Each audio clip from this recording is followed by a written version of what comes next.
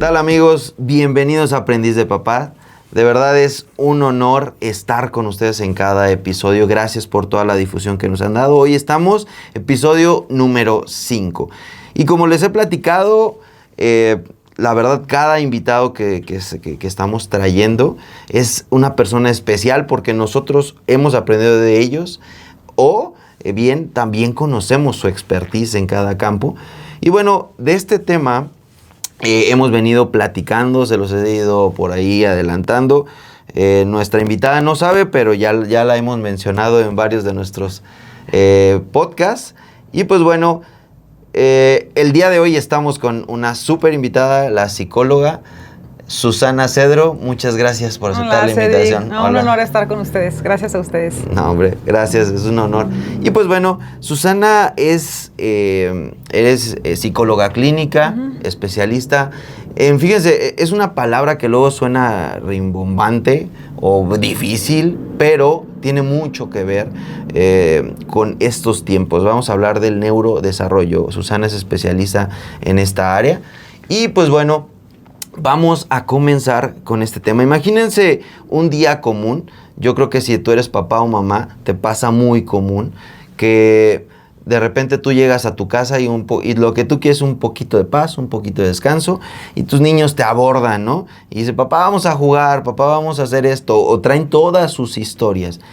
Y lo increíble es que este tiempo que nosotros necesitamos de descanso, a veces tenemos que lanzarnos. Susana, una de las frases que hemos acuñado hasta este momento con toda la enseñanza, es que muchas veces, a veces en lugar de invertir dinero en nuestros hijos, necesitamos invertir tiempo. Claro. Y Susana, esta parte del neurodesarrollo, ¿nos podrías platicar qué es exactamente? Porque suena como muy moderno, pero en realidad son descubrimientos de cosas que ya vivimos todos desde nuestra infancia temprana. Vamos a hablar también de eso. ¿Qué te llevó a meterte en esta área, Susana? Sí, claro que sí, Cedric. Pues mira, el tema del neurodesarrollo yo lo podría definir como un camino de madurez neuronal del cerebro, del crecimiento del cerebro, y es algo súper interesante porque nosotros podemos ver en los niños cómo van creciendo, cómo van madurando y cómo van desarrollando estas habilidades que nos hace pues ser humanos, y que está dividido en 6 áreas principales, que es lenguaje, es aprendizaje, motricidad fina, motricidad gruesa, socialización y autonomía. Okay. Entonces, estas 6 áreas del neurodesarrollo están implícitas en el niño desde que nace, en el bebé que te entregan a ti en el hospital recién nacido. Desde ese momento ya empieza el desarrollo de estas habilidades y destrezas y culmina hasta los 6 años en niños neurotípicos, es decir, en niños que tienen un desarrollo común, culmina hacia los 6 años, en niños que tienen una discapacidad, culmina pues hasta que ellos alcanzan estos hitos del neurodesarrollo. Pueden incluso quizás no alcanzarlos en algún momento de su vida, o alcanzarlos de manera más tardía.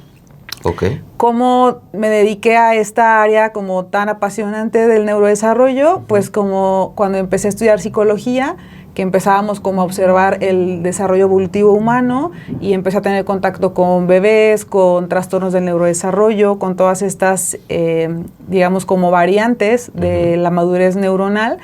Pues me enamoré del área de discapacidad, que en realidad es como la variante más significativa del neurodesarrollo, que es a lo que en la mayoría me dedico, que es a la atención de niños y adolescentes con discapacidad. Okay. Entonces ha sido como un área de mucha pasión para mí, y pues ya tenemos bastantes años en esto. Qué padre. De verdad, sigan a Susana en sus redes sociales. Si no mal recuerdo, estás como terapeuta, Susana Cedro. Y tienes por ahí algunas organizaciones, ¿no? Aljaba, me parece, que también es mucho de la ayuda de chicos con discapacidad, con ciertas condiciones también. Sí, Aljaba ya tenemos... vamos a cumplir 13 años ya con la fundación, con la asociación civil, y sí, está dedicada específicamente a los trastornos del neurodesarrollo, un poco más a discapacidades graves, a discapacidades severas, pero también atendemos pues todo lo que es la población de niños y adolescentes que tienen un tema en trastorno del neurodesarrollo. Entonces por ahí estamos, ya tenemos 13 años. Muy bien, fíjate que ya tienes cierta experiencia y de verdad, como tú dices, ¿no? O sea, tuviste que irte metiendo. Pero algo que me llamó la atención por ahí en tus redes sociales, Susana, platicabas en algún momento que ahorita hablabas de este desarrollo que se da de los 0 a los 6 años. Y tú mencionaste ahí en tus redes sociales que tuviste incluso como mamá que frenar algunos proyectos. Yo creo que metiste, como decimos, un poquito freno, ¿no? Sí. A tu vida, a lo mejor a los proyectos profesionales, para dedicarte a tus hijos.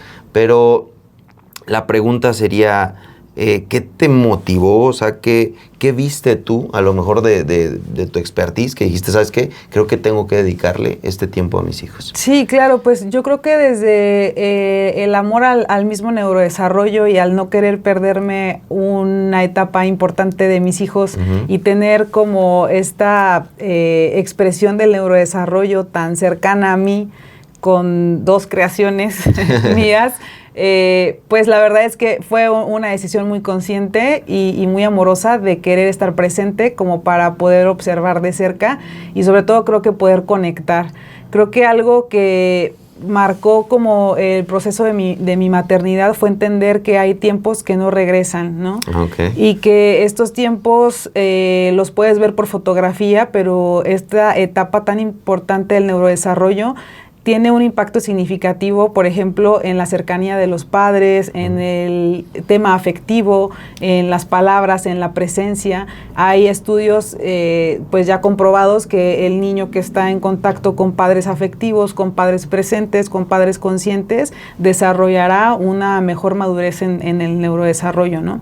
Entonces, esto fue lo que me llevó como a decidir conscientemente, quizás no frenar algunos proyectos, sino hacer algunas renuncias como temporales, lo que platicábamos hace rato con Mariana, tu esposa, ¿no? Hacer algunas renuncias temporales y entender que en algún momento pues los podría volver a retomar, ¿no? Sí, o sea, te entiendo como que me diste, ¿no? La importancia de decir, pues a lo mejor eso lo puedo continuar después, laboralmente, en mis proyectos, pero mis hijos, ¿no? Sí. Y la verdad algo bien padre que sucedió en el proceso de la creación de Aljaba fue que Aljaba siempre se ha prestado como para que mis hijos también estén ahí. Mis hijos han crecido ahí. En realidad creo que los proyectos también suelen ser como hijos, ¿no? En algún momento. Sí, claro. Entonces para mí Aljaba pues es como mi hijo mayor, digo, mi preadolescente. Y la verdad es que como hermano mayor, pues nosotros, mis hijos y yo siempre hemos tenido como esta apertura de la asociación a que ellos pues puedan estar ahí mientras quizás yo estoy como elaborando algunas cosas. Han crecido con los niños de la asociación, han crecido con la gente que colabora con nosotros, con quienes yo colaboro. Entonces ha sido como un tema también pues muy familiar, ¿no? La creación de Aljaba. Entonces realmente nunca fue que me separara completamente del proyecto, porque no pues como abandonar a un hijo, ¿verdad? Sí. Pero sí de alguna manera confiar también pues en Dios, en que el proyecto iba a estar sostenido mientras yo estaba haciendo pues otro tipo de actividades con los niños, ¿no? O sea, como un tema como de más presencia y que en algún momento pues sí trabajé muchísimo en que esas dos cosas se pudieran como conjugar, ¿no? Empatarlos. Susana, esto de repente en redes sociales y luego a veces la sociedad no lo entendemos mucho, pero yo creo que cada generación tiene sus batallas, ¿no? Es decir, no es lo mismo los abuelos que nacieron en el tiempo en el que su desarrollo era sin televisiones, sin pantallas de ningún tipo y dedicaban más su tiempo al juego. Y iremos platicando poco a poco de estas batallas generacionales, pero yo creo que en tu experiencia, ¿crees que hay más diagnóstico en este tema de, a lo mejor, de ciertos chicos con condiciones autistas, algunos espectros ¿hay más? O sea, ¿tiene que ver con un crecimiento o realmente era que no se trataba anteriormente? Sí, es una excelente pregunta. Mira, yo creo que anteriormente había mucho trastorno en el neurodesarrollo, pero no se les sabía poner nombre, ¿no? Okay. O sea, quizás como que podíamos observar a alguien que se comportaba de manera neuroatípica, o sea, no tan común, y entonces decíamos, está malito, ¿no? O está enfermo, o tiene algo. Pero hoy, bueno, con toda la implementación de las neurociencias y de todo lo que tiene que ver con el tema de neurodesarrollo, pues hay mayor apertura y mayor madurez hacia los temas diagnósticos, ¿no? Que es muchísimo lo que nos dedicamos, por ejemplo, en Aljaba Asociación Civil, que es a diagnosticar al niño no para etiquetarlo, sino para saber cuál es la manera más asertiva de orientarlo.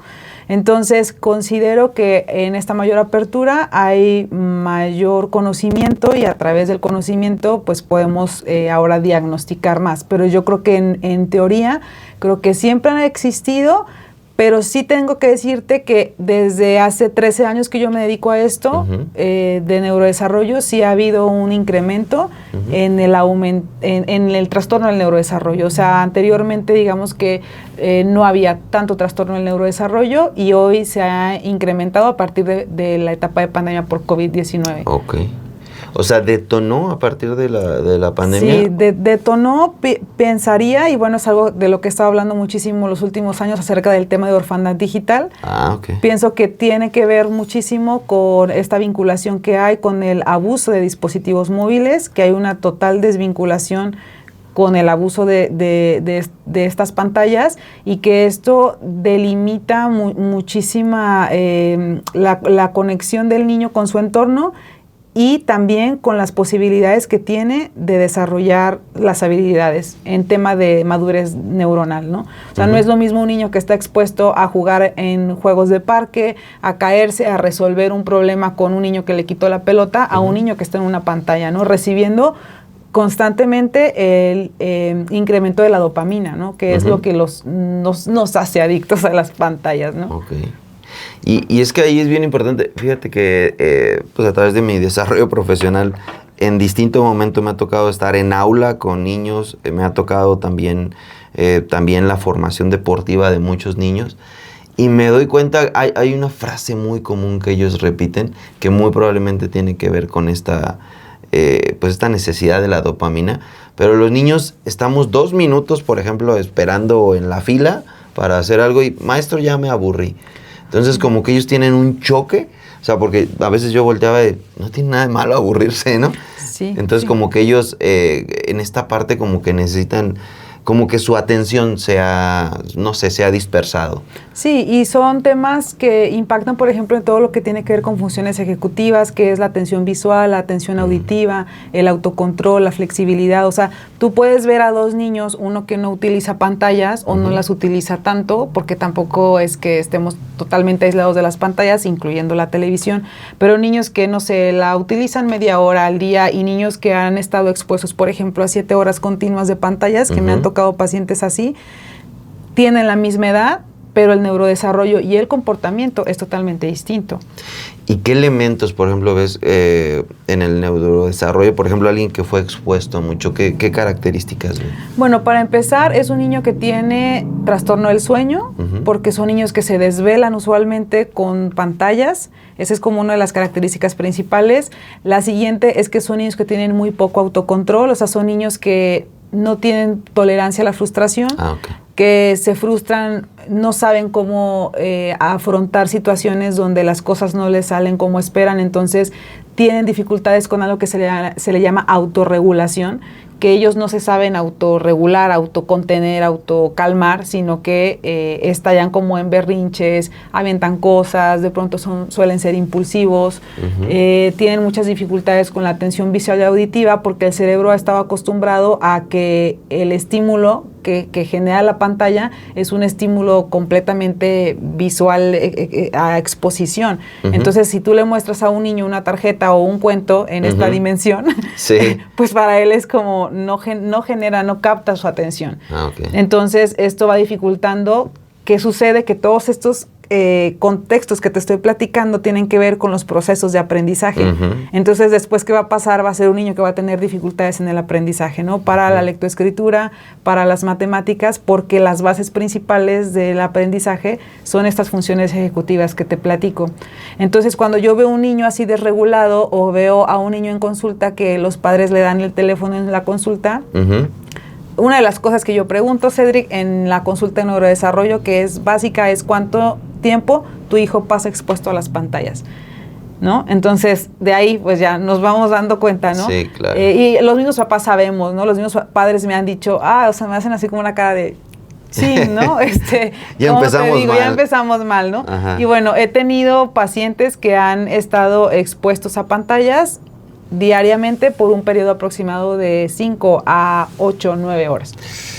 Híjole, o sea, es muy fuerte. Me ha tocado, ¿no? Ver casos y de verdad a veces uno quisiera... Platicaba con Cristian Martínez precisamente hace unos... O sea, y él hacía un comentario muy interesante. A lo mejor vamos a verlos... Todos podemos decir que estamos haciendo buen trabajo como papás, pero hasta después, ¿no? Cuando ves la interacción, su desarrollo, es hasta donde tú evaluaras si realmente fuiste buen papá. Pero en este sentido, también creo... Tú tienes un taller, ¿no? Muy interesante. De hecho, estás por ahí difundiéndolo en tus redes sociales acerca de la sanidad, ¿no? Del niño interior. Y es que creo que muchas veces los papás como que no nos damos cuenta, y te lo digo porque a mí me ha llegado a pasar, como yo era de los niños que no llores, no te corregía, ¿no? Muy Sí. continuamente. Entonces, a veces el ver que tu hijo estalla en llanto, esto, como que te crea cierta ansiedad. Es decir, muchas veces vamos como criando a nuestros hijos, desgraciadamente, con nuestras heridas, y Sí. como que nos ponemos... De hecho, alguna vez tomé... ahí en el trabajo nos permitieron tomar un taller acerca del niño interior. Sí. Y yo me di cuenta que es cierto, o sea, a veces actuamos como niños, igual que ellos. Entonces entramos en el mismo berrinche, ¿no? Sí. Entonces, ¿cuál sería la recomendación a papás que se han dado cuenta de esto? O sea, que de repente tú dices, me doy cuenta que el hecho que llore me crea ansiedad, ¿no? Porque yo lo noto, ¿no? A veces no es lo mismo que llore en la casa a que si estás en un entorno público, como que te descontrola. Sí. Evidentemente está destapando algo de ti, ¿no? Sí. Entonces, ¿cómo puede hacer alguien para decir, ¿sabes qué? Híjole, yo lo he hecho. ¿Cómo puedo regular yo eso? Sí, bueno, yo creo que esto que me dices a mí me parece como súper curioso porque y creo que a todos nos pasa, ¿no? Cuando vamos a ser papás, pues nadie nos dice, o sea, como las letras chiquitas, ¿no? De la paternidad, del maternaje. Y parte de las letras chiquitas justo es esto, que habrá momentos que van a poner a prueba tu propio autocontrol, que van a poner a prueba tu propia sabiduría y tu propia tolerancia a la frustración. Yo creo que eso lo vamos aprendiendo en el camino de ser padres y que decimos, híjole, esto nadie nos dijo cómo lo teníamos que trabajar, ¿no? El tema de las heridas infantiles, yo lo observaría, Cedric, como que hay algunas heridas infantiles que se trabajan y se tratan antes de nosotros conformar una familia, antes de conformar un matrimonio, antes de tener hijos. Pero hay algunas que están como guardaditas, como en el stock, para cuando nosotros empezamos el proceso de paternar, de maternar. ¿Por qué? Porque nosotros, antes de eso, es bien fácil decir, ay, cuando yo sea papá no voy a hacer esto, cuando yo sea mamá, esto, ¿no? Pero cuando nos estamos involucrando ya en la crianza, en los deberes del día a día, en las responsabilidades, la verdad es que es un reto súper interesante mantener la serenidad en un mundo en el que estamos hoy y además a la par estar paternando y estar maternando, ¿no? Entonces, considero que todos, y eso es algo que ayer grabé el primer episodio de Sanando al Niño Interior, donde la frase que trabajamos es, la herida es inevitable. O sea, la herida es inevitable porque a veces también nos podemos sentir muy culpables de, híjole, es que lo estoy hiriendo y ya la regué. Y luego el tema de la culpa es otra cosa, ¿no? También muy contraproducente en la crianza. Entonces, la herida es inevitable. pero la sanación es una decisión. Esto significa, bueno, o sea, nosotros somos padres imperfectos, creando hijos que también van a ser imperfectos, y cuando nosotros entendemos que la herida que nosotros les vamos a hacer, que no es consciente, porque somos humanos, en algún momento a ellos les tocará hacer este proceso de sanación, ¿no? Entonces, cuando nosotros entramos a este proceso de paternaje, de maternaje, nos toca trabajar qué de nuestro hijo nos conecta con estas situaciones de nuestra infancia que a lo mejor no fueron tan contenidas como nosotros hubiéramos querido, porque, ojo, no significa que los padres no estuvieron ahí o que los padres hicieron algo mal, sino que en la percepción del niño, el niño quería más, ¿no? El niño es demandante, el niño siempre quiere más, el niño nunca está satisfecho, ¿no? Entonces, ¿qué de esta completud que está trabajando mi hijo me resuena a mí aquí adentro? Y que yo tendría que regresar a ese momento infantil y darle un significado distinto. Ok.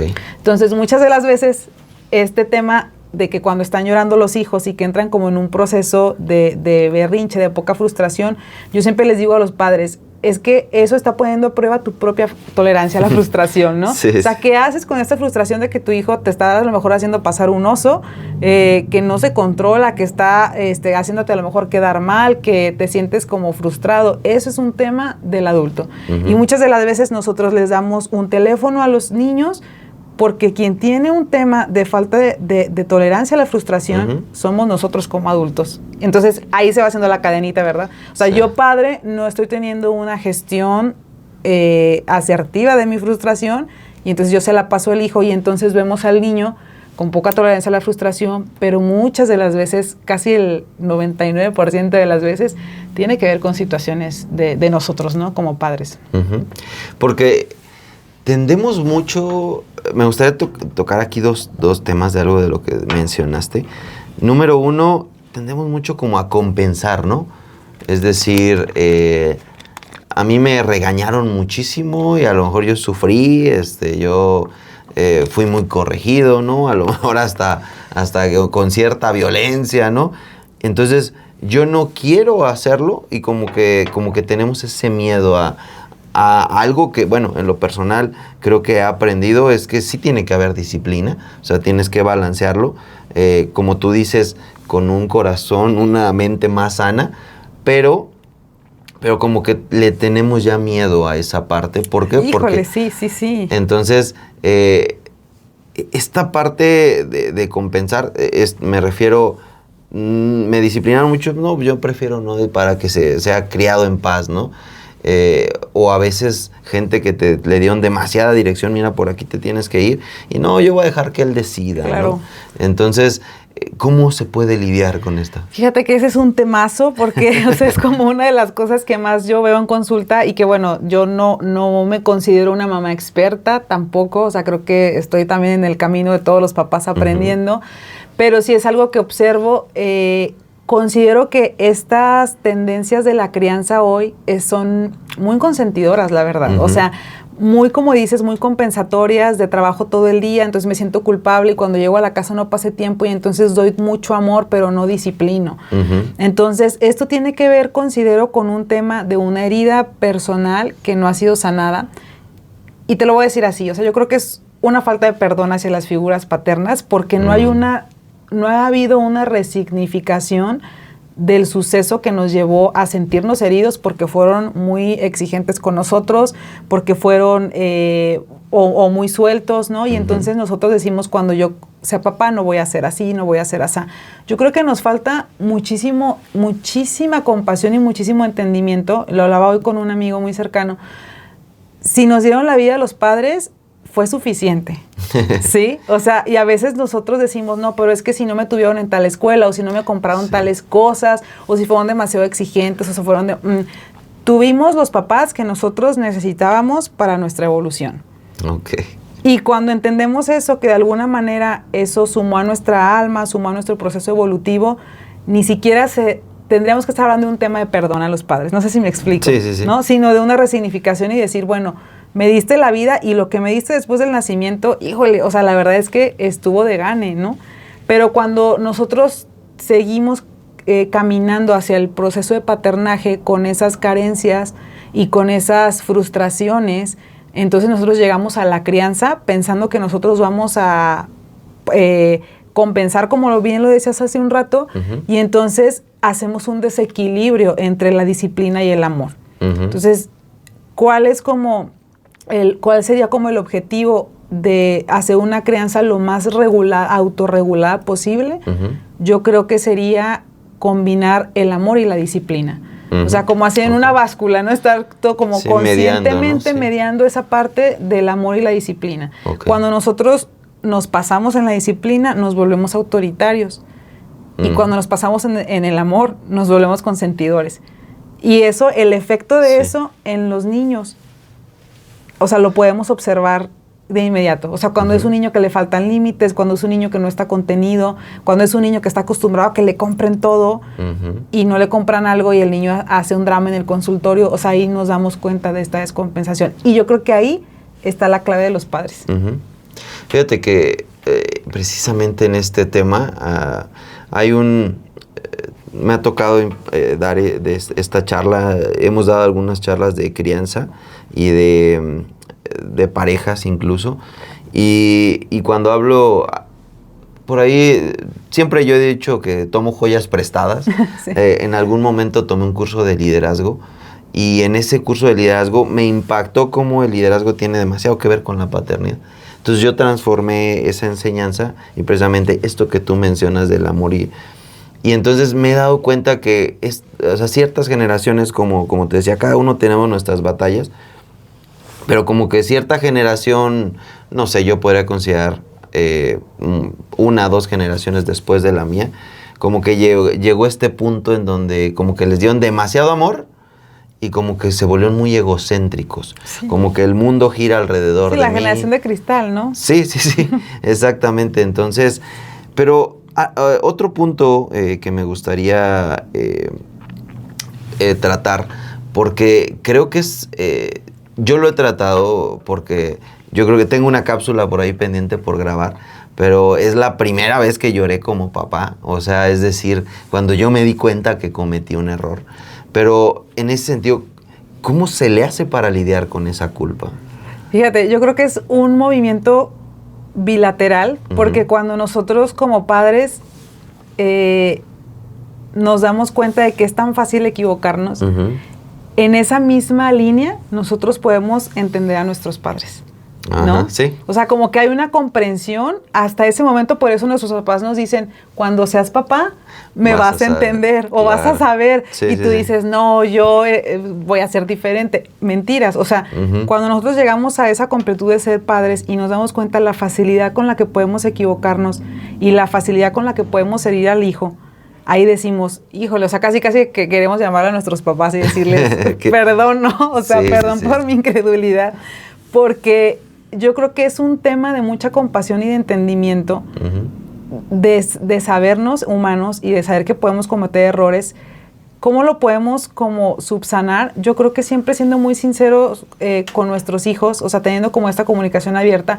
Yo creo que está bien decirle, creo que me equivoqué en esto, ¿no? O sea, como sincerarnos en eso y revisar en nosotros qué fue lo que nos llevó a tomar tal decisión o tomar tal acción, porque sí o sí, casi siempre tiene que ver con nuestras historias infantiles, ¿no? La manera en que fuimos criados. Y ahí está el reto, que parece tan simple decir, yo voy a hacer las cosas diferentes, pero resulta que nosotros tenemos un chip con el que fuimos criados o percibimos la crianza. Entonces yo creo que lo mejor y lo más asertivo sería que nosotros pudiéramos tener ese como episodio de muchísima compasión con los padres y de entendimiento, ¿no? Y ahí, o sea, como que si te fijas, sanamos mucho como nuestro pasado y estamos también sanando el presente, ¿no? O sea, con los hijos. Entonces creo que es por eso te decía que es como un movimiento bilateral. Sí, como que tienes que conectarlo, ¿no? Para poder como lidiar con eso, ¿no? Así es. Yo creo que más que lidiarse, creo que sería como aceptarlo. O sea, cuando nosotros como aceptamos amorosamente, o sea, como estos como momentos, yo no le llamaría como errores, sino áreas de oportunidad, y las observamos como con amor, con compasión. Pienso que no es como tanto lidiar, sino entender que todos estamos aprendiendo algo, ¿no? En el ejercicio de la crianza. Sí, sí, cierto. Muy bien. Cambiando un poquito de tema, volviendo a esta parte del neurodesarrollo, Susana, luego como, bueno, desde la psicología hasta el neurodesarrollo habla mucho del juego. Desgraciadamente claro que socialmente es difícil, estamos perdiendo espacios para jugar, o sea, lo que antes uno podía salir a jugar en la calle, ya no lo puede hacer porque hay riesgos, o sea, yo lo he vivido, ¿no? En mi entorno personal, de repente, pues ves cosas raras, ¿no? En la calle, gente que está observando a los niños, entonces están perdiendo espacios, pero aparte como papás, viene este cambio, platicábamos precisamente con Cristian también esta parte económica, que es difícil a veces a veces papá y mamá por fuerza tienen que salir a trabajar y entonces hay este menor contacto, incluso veo chicos que son hasta con menos imaginación, o sea, a veces tú les das ciertas cosas, vamos a jugar con esto y no sé, o sea, de verdad no se les ocurre nada. Y te lo digo porque he dado muchas clases de deportes. Entonces, como que tienes que darles el paso 1, paso 2, paso 3. Y después de ahí no saben, ¿no? Cómo improvisar. Entonces, ¿cuál es este método para poder buscar como juegos, tiempos con nuestros hijos? Yo creo que varía. Ahorita tú hablabas de que yo creo que la raíz del neurodesarrollo es los primeros años, pero aún así yo creo que tienes que continuar, ¿no? Esta dinámica. ¿Cómo lo podemos ir introduciendo estos hábitos en nuestra familia? Sí, también ese es un temazo. Yo creo que el juego es una necesidad del niño, así como para todos los seres humanos es comer, dormir, o sea, el juego es una necesidad del niño. Cuando un niño no está expuesto a las oportunidades de la actividad lúdica, el niño va a tener una consecuencia a corto o largo plazo. Fíjate que yo creería que el tema de la disminución de oportunidades para que el niño explore y esté como en un entorno recreativo, yo creo que, te lo voy a decir así, yo creo que tiene que ver más con nuestra flojera como papás, con nuestra falta de intencionalidad y con el consumismo. Porque si yo hiciera, y me incluyo, o sea, si yo hiciera una lista o tomar el tiempo de cuántos minutos paso a la semana en redes sociales y lo sumar en un promedio semanal, yo te lo aseguro que me daría más de 1 hora y media. Si yo juntara ese tiempo y me organizara intencionalmente para yo irme un momento con mis hijos al Parque Irecua, que es un parque de convivencia acá en Irapuato, esa hora y media no hablaríamos de que hay una falta de tiempo. Y no hablaríamos de que hay un tema de riesgo, porque los parques usualmente tú puedes tener un control con tus hijos porque es un tema cerrado, estás al pendiente, estás en esa conexión. Lo que pasa es que hoy pienso que tenemos otro tipo de prioridades, ¿no?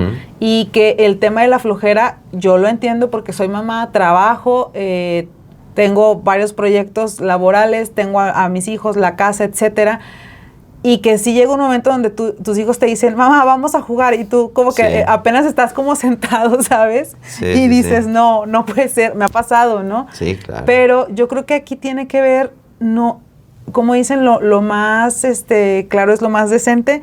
O sea, yo creo que la intencionalidad es como decir, a ver, esta semana me voy a hacer un espacio. Mira, los niños, la verdad es que muchas veces se conforman con bien poquito. O sea, si tú los llevas 40 minutos, ya con el hecho de que los lleves a Parque Irecua, subieron a la resbaladilla, corrieron, aunque tú estés ahí, a lo mejor si quieres sentado leyendo, haciendo tus cosas, para ellos ya es algo completamente distinto que, por ejemplo, quedarse en casa con una pantalla móvil o cosas así, ¿no? Entonces, yo consideraría que es un tema no del entorno, o sea, no de la sociedad. Nosotros somos la sociedad. Sí. No, nosotros la vamos conformando y vamos haciendo estructuras en cada temporada, en cada etapa, nosotros mismos, pero creo que tiene que ver más con una falta de intencionalidad. Sí, y es que ahorita tú lo mencionaste, o sea, hay una parte del consumismo. Lo platicábamos con Cristian, ¿no? O sea, yo lo veo. O sea, a veces queremos... a mi hijo le gusta el fútbol, ¿no? Entonces quiero comprarle el balón más caro. Y yo lo he visto con mis hijos. O sea, y obviamente si yo se los pregunto, y eso se lo comentaba a Cristian, yo estoy seguro que ellos no me van a decir que es su pelota, ellos tienen una pelotita amarilla, estas de 5 pesos. Ese es su juguete favorito porque es el que más usan. O sea, de esas pelotas económicas, no necesitan el balón de la Champions League, ¿no? O sea, yo creo que es un tema de más bien acompañarlos. Y la verdad es que también como que nos llenamos, ¿no? De pretextos.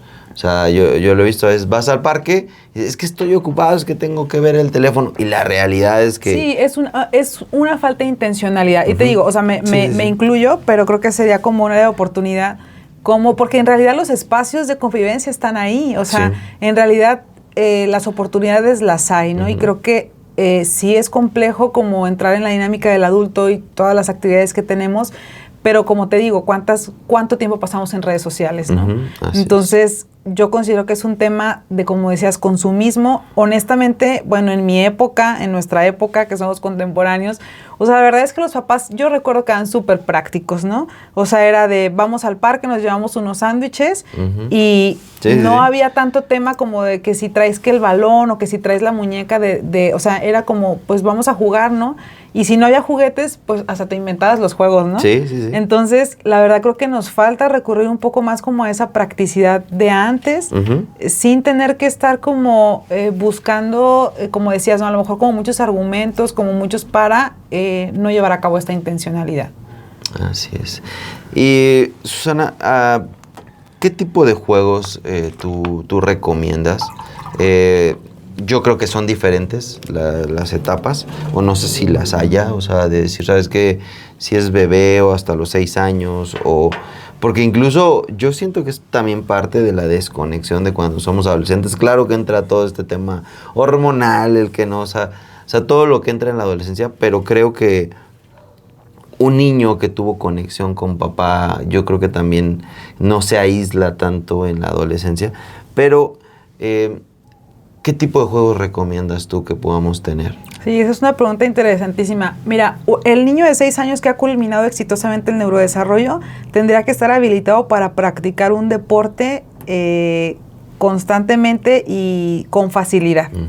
Entonces, cuando pensamos en eso, o sea, que ya es un niño que está en una etapa que se llama etapa latente, como de sincronizarse con un deporte específico, de disciplina. Si nos vamos más para atrás, pues por ejemplo, el juego, como te decía, empieza desde los 0 meses, ¿no? O sea, cuando el niño está jugando con sus manitas, cuando le das una sonaja, cuando le empiezas a rodar la pelota y el niño entonces aprende que te la tiene que regresar. Y luego muchos juegos como de motricidad fina, ¿no? Como jugar con la plastilina, como explorar el mundo, ¿no? Muchas de las veces el uso de pantallas bloquea esta oportunidad de que el niño explore el entorno a través de los objetos, ¿no? Entonces es que el niño aprenda a jugar con una muñeca, que aprenda a jugar con su carrito, que haga pipí cuando está caminando el carrito, pero a veces ya ni los juguetes, o sea, compramos, ¿no? Sí, o sea, ¿por qué? Porque todo está en la tablet, ¿no? Porque todo está en el teléfono y entonces ahí puedes jugar a los carritos y a las carreritas y ya no es necesario afuera. Entonces, yo recuerdo que mi papá, cuando éramos niños, mi hermano y yo, nos llevaba a la juguetería Los Osos, me imagino que la ubicas, ¿no? En el centro. Y me acuerdo que nos íbamos el domingo y nos compraba juguetes, ¿no? Y era para nosotros así como wow, porque después de ahí nos íbamos al parque y era jugar que con la cuerda, que con el boliche. Y bueno, o sea, de que hay opciones, las hay, ¿no? El niño que se va acercando hacia los 6 años, pues tendría que tener, por ejemplo, un juego coordinado con pelota, subir cuerdas colgadas, balancearse en una hamaca, subir juegos de parque, resbaladillas, colgarse de aros, o sea, todo lo que hay como en los parques, digamos, de convivencia, el niño a los 6 años tendrá que hacerlo, ¿no? Patinar, usar bicicleta. Ahorita estamos trabajando con el programa de estimulación de Sebastián. Sebastián, mi hijo, tiene 5 años, todavía le falta 1 año para culminar el neurodesarrollo y uno de los objetivos del programa de estimulación es que aprenda a patinar, ¿no? En mi caso, yo no aprendí a patinar porque a mi mamá le daba mucho miedo eso, los patines, pero bueno, ahí luego andamos, ¿no? Como que en ese intencionalmente. Si tú me preguntas a mí, ¿te dan ganas de enseñarle a tu hijo a aprender a patinar? No me dan ganas, ¿no? Sí, claro. O sea, yo preferiría quizás hacer otras cosas, pero ahí es donde está la intencionalidad de la crianza, ¿no? Entonces, hablando un poquito de estas actividades lúdicas que los niños podrían hacer, pues yo creo que es todo lo que podría hacer un niño con sus habilidades en un parque de convivencia, donde hay juegos, donde hay pistas, donde puede llevar sus juguetes, donde puede correr libremente, puede interactuar con otros niños. Sí, sí, porque de verdad es muy notorio, o sea, muy notorio, chicos, que nosotros, digo, yo no fui, yo jugué mucho tiempo en la calle fútbol, pero de verdad, o sea, yo creo que lo aprendí ahí en la calle, ¿no? Porque nunca me llevaron a un entrenamiento, nunca hubo esta parte de, hasta los 12, 13 años creo que entré a una escuela de fútbol, pero como tú dices, o sea, como que había esas oportunidades, ¿no? A lo mejor en aquel tiempo lo que los papás, lo que ahorita es un teléfono, antes era salte, allá están los demás niños. Ahí aprendes. Sí. Entonces, esta parte yo la veo, ¿no? Aún motrizmente. Tú ves niños de 12, 13 años. Te lo digo porque a mí me entreno aparte porteros. Entonces necesitan mucha coordinación, wow, sí, claro. Muchos reflejos, no saben caer incluso los niños. Entonces, de verdad, digo, en una escuela, el colegio donde llegué a trabajar, me dijeron, ¿sabes qué? Me metieron al lado de deportes y me dijeron, a lo mejor no les enseñes a ser portero, pero sí la coordinación que tienen que tener. Y de verdad es tan complejo, o sea, como que los niños no se les permitió ese desarrollo. Claro. Bueno, cambiando un poquito el tema, ¿cómo alguien puede detectar? ¿Cómo podría saber que es atípico el desarrollo neuronal que su hijo tuvo? ¿Qué señales le pueden ahí encender focos rojos? Sí, pues mira, yo creo que uno como papá, en el fondo siempre tiene como esta intuición muy sabia. Yo he tenido muchos papás que me dicen, nació y yo sabía que algo no estaba bien, ¿no? Y yo siempre les digo a los padres, confíen en esa intuición, ¿no? Porque tenemos como bloqueo a veces que porque no somos especialistas en el área. La verdad es que los padres siempre, cuando hay un tema en el neurodesarrollo, usualmente lo identifican pronto. Si no lo identifican pronto porque el niño no tiene como no da muchas pistas de algo que esté sucediendo a nivel neuroatípico, sucede algo muy coloquial que es lo que hacemos todos los papás y que no está mal, es la comparación, ¿no? O sea, con otros niños, con otros homogéneos que están en el mismo desarrollo o los padres que ya fueron padres empezamos a comparar con el desarrollo de los hermanos. Es decir, mi hijo mayor habló al año y ahora mi hijo tiene 3 años y no habla, ¿no? O pues es que mi hijo sostenía la cabeza a los 3 meses y mi hijo tiene 6 meses y se cae cuando lo siento, ¿no? Entonces, esos datos yo creo que hay que estar muy pendientes como de esta intuición como muy paternal que tenemos. ¿Qué hay que hacer? Pues en cuanto nosotros observamos algo que no está como tan alineado al neurodesarrollo común, es poder, y que eso se me hace súper importante, las visitas pediátricas en el primer año de vida, ¿no? De los niños. Digo, ya una vez que pasa el primer año, pues hay que estar vigilando, por ejemplo, el tema neurolingüístico, que es muy importante, que a veces los papás, ese es un error muy común que a veces cometemos, en general es como algo cultural, pienso, que un niño empieza a hablar tardíamente y automáticamente la cultura dice, ya hablará a su tiempo, ¿no? Y yo digo, no, el neurodesarrollo es súper cuadrado. O sea, el neurodesarrollo dice, el niño tiene que empezar a hacer lenguaje oracional a los 2 años. No lo está haciendo, algo está pasando. El niño debe tener atención visual a los, 3 meses, no lo está teniendo, a ver, vamos a revisar. Entonces, ese ya hablará o ya caminará o ya controlará esfínteres o ya se comportará, a veces se extiende demasiado y cuando ya reviso yo un niño que tiene 5 años y no tiene una emisión vocálica, por ejemplo, pues me encuentro usualmente con papás que sabían en el fondo que algo estaba pasando, pero ya sabes, el abuelito de, tú hablaste hasta los 3 años, tú hablaste hasta los 4 años. En eso sí yo creo que me considero muy disciplinada con los padres porque digo, el neurodesarrollo te dice, a tal edad el niño tiene que aprender esto. Si no lo aprendió, no tuvo marcha independiente al año 6 meses, hay que empezar a vigilar a ese niño neuronalmente, ¿no? Ok. Muy bien. Sí, es que son focos, ¿no? Que tenemos que empezar y qué bueno, ¿no? Que nos dices que tiene mucho que ver con el instinto, ¿no? Sí, perdón que te interrumpa. Tiene que ver con el niño también, sí, porque cada niño es distinto, pero sí hay un límite. Por ejemplo, mi hija Constanza caminó a los 12 meses, ¿no? Ella fue súper rápida para muchas cosas.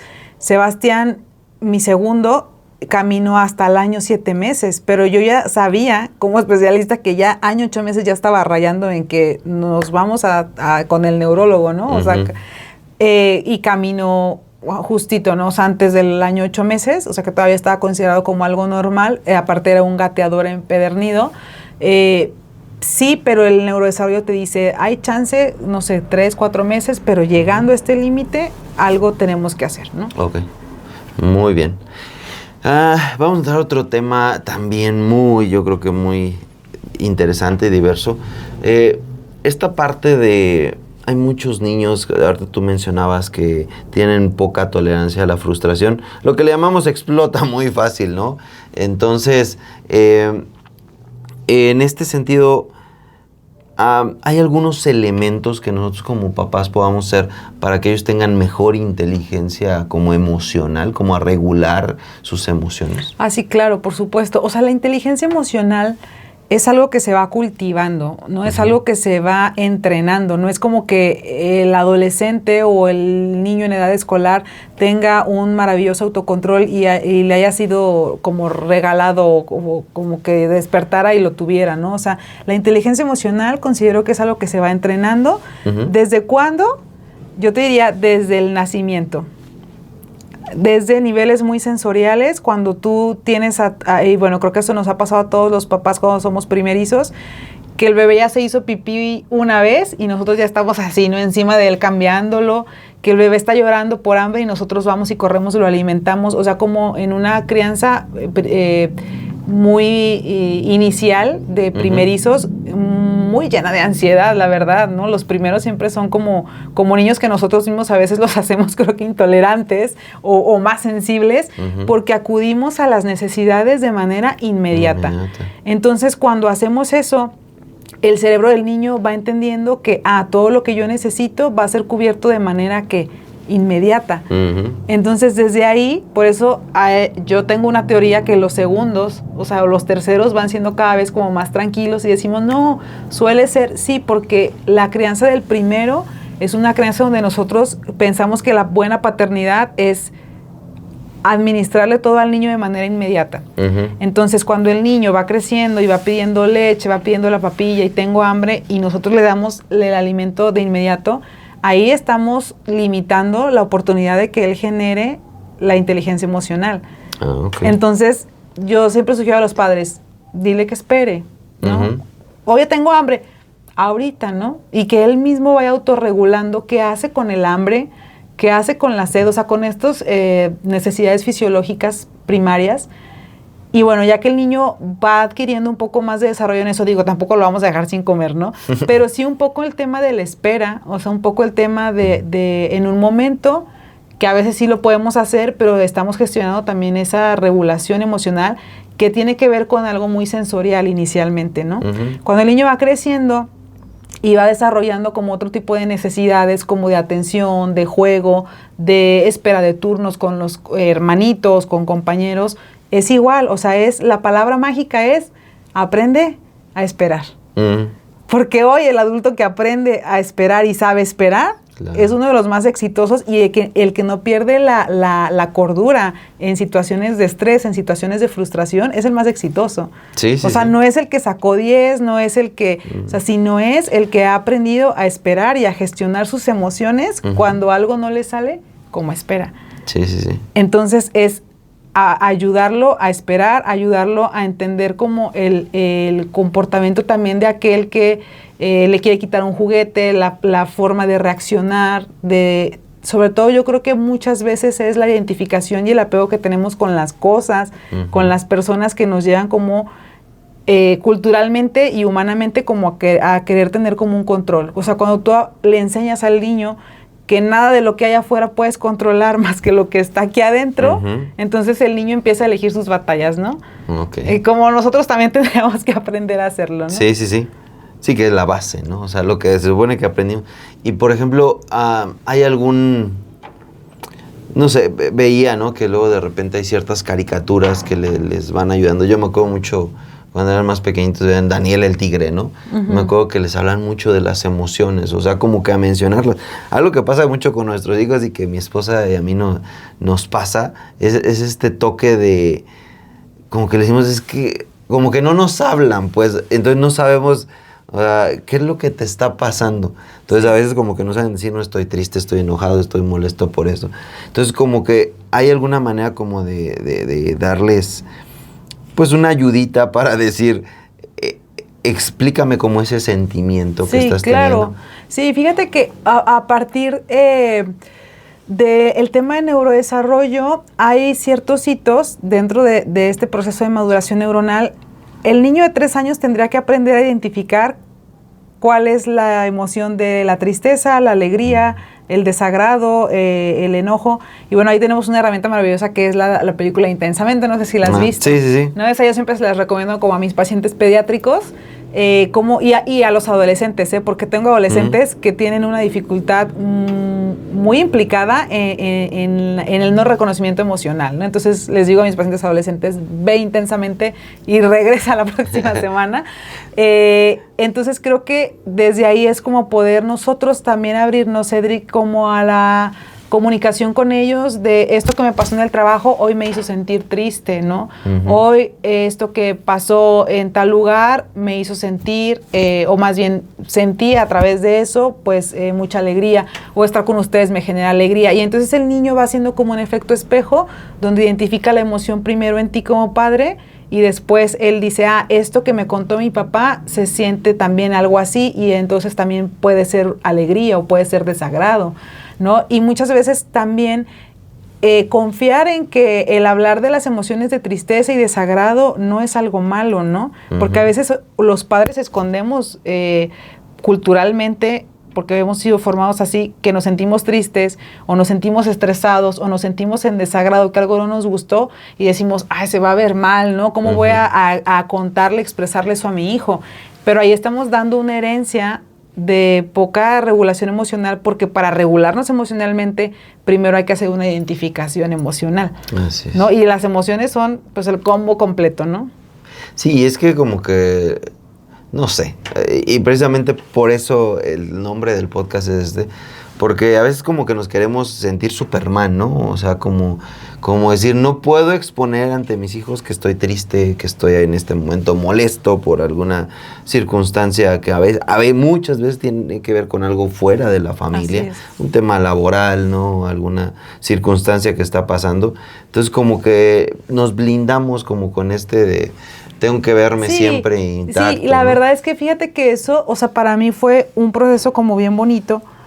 O sea, cuando nosotros decimos, en esa vulnerabilidad también está padre la crianza, o sea, como el decir, tú también eres un ser humano que puede sentir enojo y puede sentir desagrado y puede sentir frustración y es parte de...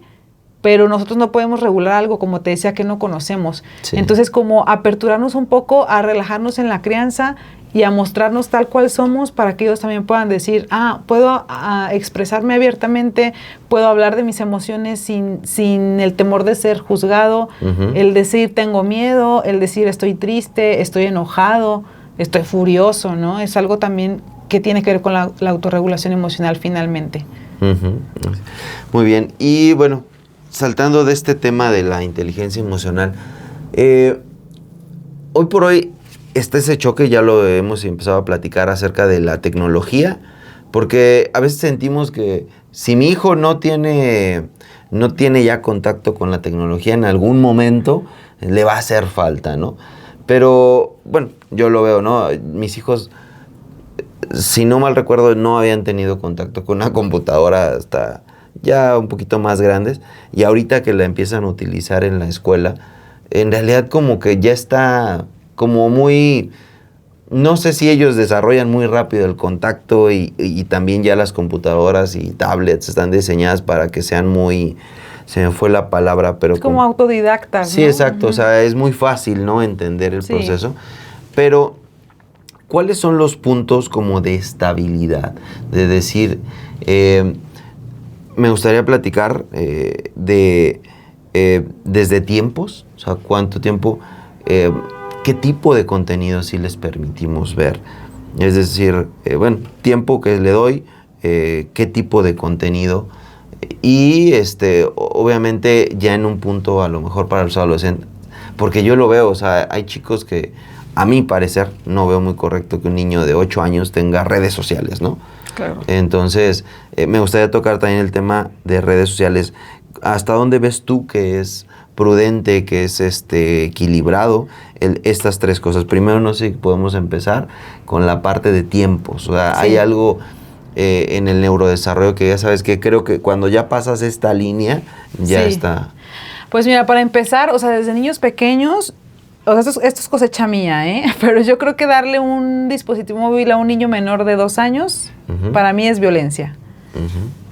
El 80% de los niños menores de 2 años han estado expuestos a tabletas y a celulares con este tema de ayudarle a autorregular, ¿no? Para que se esté quieto, para que se esté en paz. Entonces, lo que sucede ahí es que cuando el niño no tiene un teléfono a la mano, el niño no sabe qué hacer con su frustración, ¿no? Y entonces se hace un escenario ahí, ¿no?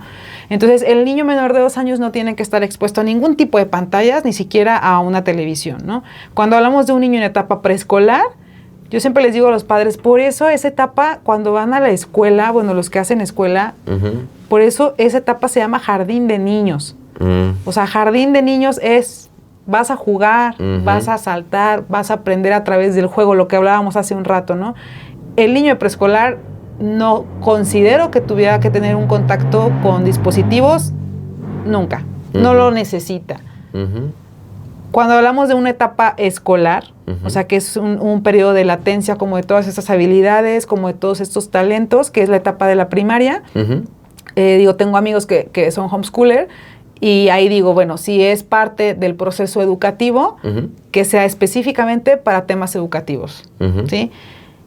Cuando nosotros entramos al proceso de secundaria, o sea, que estamos hablando como alrededor de los 12 a los 13 años, yo creo que podría ser con supervisión algunos temas de interés que el padre haya observado primero y los quiera compartir con el menor. Es que yo soy muy cuadrada en eso, O sea, mucha gente me dice, eres muy extrema. Yo creo que nadie tendría que tener redes sociales. O sea, si yo lo hablara desde... O sea, digo, para un sentido de calidad, como esto que tú estás haciendo, como a un sentido nutricio, al tema de emocional, al tema de liderazgo, al tema de finanzas, al tema de mucho de lo que hacemos hoy, creo que sí, y que es algo que podría empezarse a compartir con los hijos de secundaria, siempre y cuando el padre autorice. Redes sociales, como estamos hablando de que un niño a esa edad tenga Facebook, tenga Instagram, tenga TikTok, yo honestamente personal, eso es una cosecha mía, considero que el chico no necesita eso, ¿no? O sea, si la abre sería como una cuestión desde mi cuenta de, mira, vi esto que te puede sumar, pero honestamente el niño todavía está en una etapa de tal madurez neuronal. A ver, el desarrollo neuropsicológico, Cedric, se culmina hasta los 25 años. Eso significa que si tú expones a un chico de 15 años o de 18 años a las redes y él no tiene un tema de autocontrol inicial y gestionado, el chico podría desarrollar un tema de adicción a las pantallas u a otra cosa.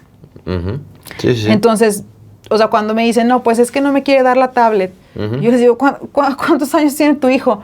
No, pues tiene 10. O sea, de verdad que, digo, ahí hay un tema de lo que hemos hablado, ¿verdad? De heridas infantiles no gestionadas, padres con poca tolerancia a la frustración, que tienen un desequilibrio entre la disciplina y el amor.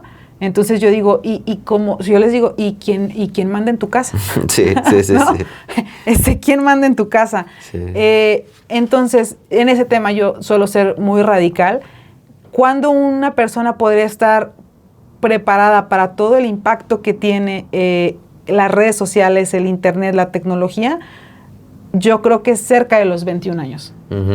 Antes entiendo que, es que mis amigos lo usan, es que bueno, hasta que se puede ir gestionando eso Y muchas veces damos un dispositivo móvil porque no tenemos otra oferta que dar a los hijos. Okay. Entonces, eso es algo que nos compete a nosotros. Y vuelvo al mismo punto, no es el mundo de hoy, no es la tecnología de hoy, es a veces nuestra poca intencionalidad en la crianza que no nos da para dar una oferta mejor que una pantalla móvil a los hijos, ¿no? Esa es cosecha mía. Habrá a lo mejor otros colegas que digan, no, pues algo supervisado, pero yo digo, si a veces ni siquiera nosotros tenemos el autocontrol de ver cuánto tiempo vas a pasar en Facebook navegando, en Instagram navegando, yo no creo que un chico de 15 años tenga ese autocontrol. Sí, ¿no? Entonces necesitas estar demasiado gestionado o estar pendiente para ver qué está viendo y usualmente, perdón Cedric, pero a veces Facebook, o sea, lo que los chicos siguen hoy en TikTok, en Facebook, honestamente a mí me parece una porquería de información. Sí. Entonces, estarlos exponiendo a eso es como darles la llave para otras cosas más complejas, ¿verdad? Sí, sí, sí. Sí, es correcto. Y digo, y sumando, ¿no? Que hoy por hoy incluso hasta los juegos, o sea, ahorita nosotros nos empezamos a meter un poquito hemos visto, ¿no? Algunos videos en donde incluso juegos como Roblox, ¿no? Minecraft, que tienen este acceso a la interacción. Peligrosísimos, son peligrosísimos. Cuando hay un chico expuesto a estos juegos y no ha tenido una gestión emocional, a ver, puede haber un chico de 15 años en edad cronológica, pero su edad emocional puede ser de 3 años. Okay. Entonces, cuando un niño tiene una edad emocional de 3 años o de 5 años, ahí va a pasar algo terrorífico. Sí, sí, sí, sí, es correcto.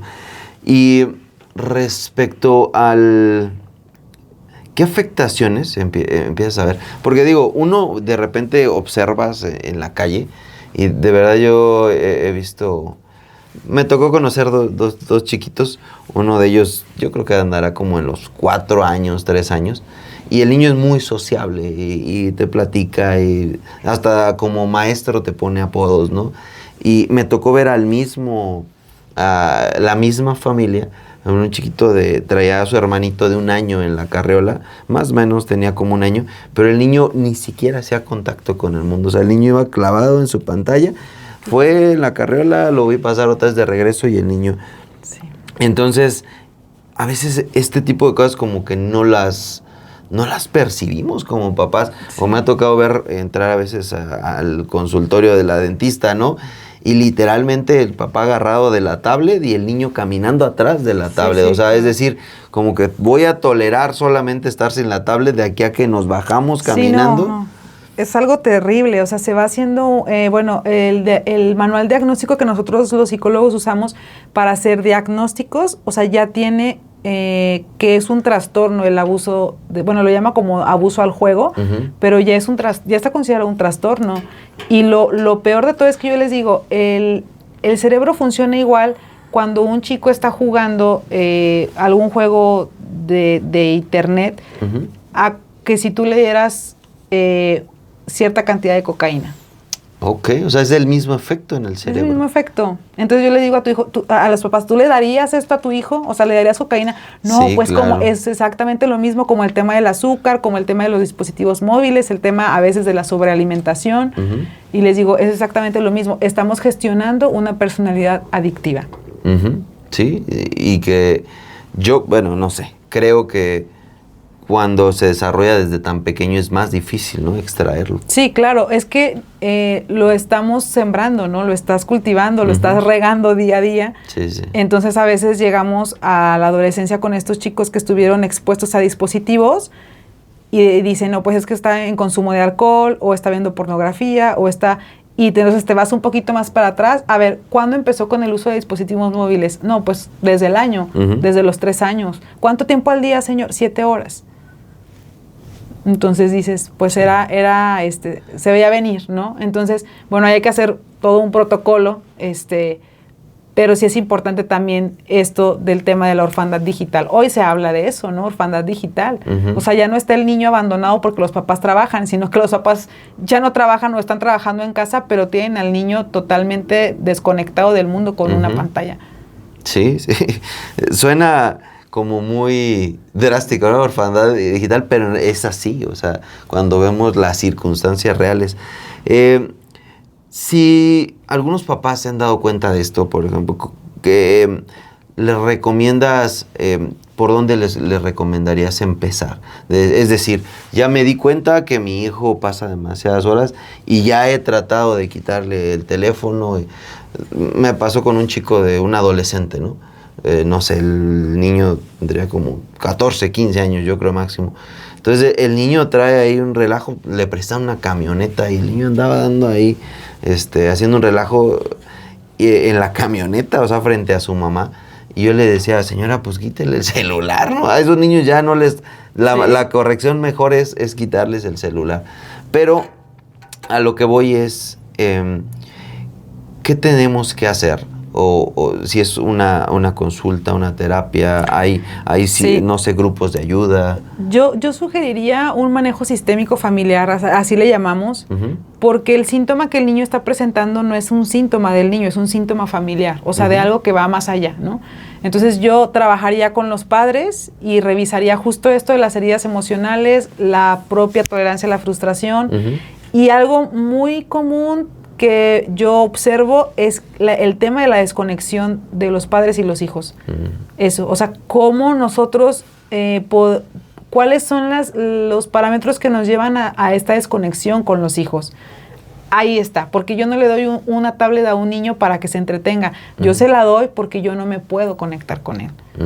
Entonces, trabajaría eso y una vez que ellos lo entiendan y sepan que esto va a traer un efecto, porque siempre quitar algo que es adictivo va a traer un síndrome de abstinencia y la abstinencia va a traer un caos familiar que si no se sabe mirar desde la completud del proceso, pues a veces es más contraproducente, ¿no? Y bueno, después trabajar con los padres esa parte, ¿no? De la conexión, y yo siempre me he preguntado, ¿cómo que no le puedes quitar una tablet? O sea, como te decía, ¿quién manda en tu casa, no? Sí, sí. Y no se trata de un tema de autoritarismo, sino lo que hablábamos de una disciplina tardía, ¿no? Yo he llegado al grado de hablar con los padres que me dicen, no, es que los chicos se levantan a la madrugada a buscar los dispositivos. Y yo le digo, ¿y tú por qué dejas un dispositivo a la mano? No, es que lo escondo pero lo encuentra. Yo les digo, una caja fuerte, sí, tu clave, punto. O sea, inviertes en eso o vivirás con la zozobra de que si lo agarró o no lo agarró, ya le puso una contraseña, etcétera, ¿no? Yo creo que es mucho trabajo de concientización con los padres, Cedric. Sí, claro, porque, digo, pasa como con el resto de las adicciones, ¿no? Alguien que es adicto a cierto consumo, ¿no? De sustancias, hasta que ve las consecuencias en él o en su familia, en su entorno, perdió un trabajo, intenta salir. Pero en este caso los chicos, que ellos no, es difícil que se den cuenta que son adictos. Los padres están llevando la sustancia, la adicción al hijo. O sea, ¿sí me explico? Sí, o sea, es muy diferente al adolescente que va y busca la sustancia y la trata de comprar. O sea, en este caso los padres le llevan la sustancia, el dispositivo, se lo ponen en las manos. Eso, desde mi punto de vista, es cosecha, nunca lo he leído, pero yo creo que es un tema de abuso. Muy bien. Pues, Susana, muchas gracias por todo lo que nos has ido hablando, de toda la expertise que tienes. Me gustaría cerrar con dos cosas. Número uno, que nos platiques un poquito de todos los proyectos. Ahorita platicamos un poquito de Aljaba, que nos platiques qué hacen, qué apoyos tienen en Aljaba, si tú atiendes terapia de manera personal, si manejas cursos, para que la gente conozca si se dio cuenta de algunos elementos desde tema de dispositivos, de salud emocional, ¿no? Desde sanar cosas de nuestra infancia. Platícanos un poquito de todo lo que... Sí, claro que sí, Cedric, con gusto. Pues miren, nosotros estamos aquí en Irapuato, en Aljaba AC. Como les contaba, ya tenemos 13 años trabajando con neurodesarrollo, con discapacidad severa. Tenemos un grupo especial para niños que no han podido ser insertados a un ámbito escolar regular por el nivel de discapacidad. Trabajamos con autismo, trabajamos con parálisis cerebral, con discapacidad visual, con discapacidad auditiva, con discapacidad motriz. Y bueno, ahí están 2 turnos, en la mañana y en la tarde para estos chiquitos, y pues trabajamos todo el tema de rehabilitación de neurodesarrollo. Tenemos también el servicio ahí mismo de psicología y de rehabilitación, pues para pacientes que requieren una atención ambulatoria. Eso significa que van, toman su terapia, de lenguaje, de aprendizaje, de pedagogía adaptada, de ocupacional, y bueno, regresan a sus casas. Y el tema de los diagnósticos, que es el departamento de psicología, colaboramos ahí pues ya casi 25 colaboradores, 20 colaboradores, y pues bueno, todos la verdad hacen un trabajo excelente. Estamos aquí en Irapuato y bueno, yo me dedico a eso y me dedico también a la consulta privada. Trabajo pues mucho el tema de la vida consciente, de la sanidad del niño interior y pues mucho la mirada de sistémica familiar, que es lo que ahorita estamos trabajando. Y bueno, dentro de la sanidad del niño interior, pues platicábamos con Cedric, su esposa Mariana, sobre un proyecto de entrenamiento por audios, y eso es lo que estamos haciendo ahorita. Bueno, ya tengo desde pandemia con ese proyecto. Pues bueno, eso es lo que estamos realizando. Ok, hoy. Entonces, ¿te pueden contactar por redes sociales? Me pueden contactar por Facebook, estoy como terapeuta Susana Cedro, y nada más tengo Facebook. Ok, ¿y nos repite la dirección de Aljaba? Sí, Aljaba está en la calle Daniel Bautista, ahí en el fraccionamiento Deportiva Norte, aquí en Irapuato, y el teléfono, si a alguien le interesa, es 462-156-0096, por ahí un WhatsApp. Tenemos las consultas de neurodesarrollo también, que son consultas generales, que a veces papás me dicen, y eso se me hace algo muy padre: oye, te quiero llevar a mi hijo para que le eches una checada a ver cómo anda. Y bueno, hacemos todo eso, estamos para servirles, y pues un gusto estar con ustedes. Muchas gracias por la oportunidad. Yo creo que aprendemos todos de todos, ¿verdad? Sí, así es, ¿no? Y ese es el concepto, ¿no? De aprendiz de papá. Precisamente, yo ya tengo, mi niño más grande tiene 12 años, y de verdad tengo que seguir aprendiendo, ¿no? Sí. Yo lo veo, ¿no? Yo tengo 39 años y de verdad te das cuenta que papá siempre te va a hacer falta, ¿no? O sea, he platicado con personas de 60 años y le digo, oye, ya no está su papá, ya falleció, extraña a tu papá. Sí, cómo no, eso, para echar una platicada, preguntarle cosas, qué opina. Sí. Entonces, papá siempre va a existir, y qué mejor hacerlo así, ¿no? Sí, claro. Sabiendo con especialistas como en tu caso, Susana. Gracias por el tiempo, pero me gustaría que cerramos. ¿Tienes algún consejo, cosas que tú dices, sabes qué? Yo lo viví como mamá, o bien como especialista, con lo que te gustaría cerrar? Sí, Cedric, yo creo que dos cosas. Ahorita que tocabas esto de que, o sea, los padres siempre nos van a hacer falta, yo creo que algo pues que he vivido a través de la trascendencia de mi papá, que fue hace 2 años, un proceso muy bonito que creo que todos tendríamos que tener esa completud en nuestros propios procesos, es entender que llegará un momento en donde nosotros tengamos que ejercer el autopaternaje. Uh-huh. Ese término es algo que he estado como trabajando conscientemente conmigo misma últimamente. Y el automaternaje, ¿qué significa esto? Ser con nosotros mismos primero los padres que nosotros esperábamos para nosotros, ¿no? Okay. Entonces eso pues nos lleva como a un nivel de responsabilidad, pero también como de mucha paz y de mucha tranquilidad. Y bueno, ya teniendo como este autopaternaje y automaternaje, será más fácil paternar nuestros proyectos, paternar a nuestros hijos. Y lo segundo, o sea, que yo podría como compartir, es que la crianza es una de las cosas más importantes y más significativas de un papá, de una madre, pero también pienso que a la par tenemos que esforzarnos por seguir manteniendo nuestros proyectos personales, nuestros proyectos sociales, nuestros proyectos de pareja, porque cuando nosotros depositamos todo el 100% en la crianza, yo siempre he dicho, los hijos van a crecer, los hijos crecen cada día, los hijos un día se van a ir. Uh-huh. Entonces, también nosotros tenemos que estar preparados para ese proceso de nido vacío y encontrarnos también en una construcción muy armónica, muy de mucho gozo, de mucha facilidad, de mucha gloria cuando estos hijos se vayan, ¿no? Uh-huh. Entonces, no es soltar los proyectos, sino es tenerlos cerca y seguir nutriéndolos también, así como nutrimos a los hijos, ¿no? Habrá temporadas donde sean un poco más los hijos, uh-huh, pero siempre estar creciendo, trascendiendo, evolucionando en nuestras propias vidas, ¿no? Ok. Bueno, muchas gracias. Me gustaría, ahorita que lo comentaste, yo te platicaba el curso de precisamente esta sanidad del niño interior.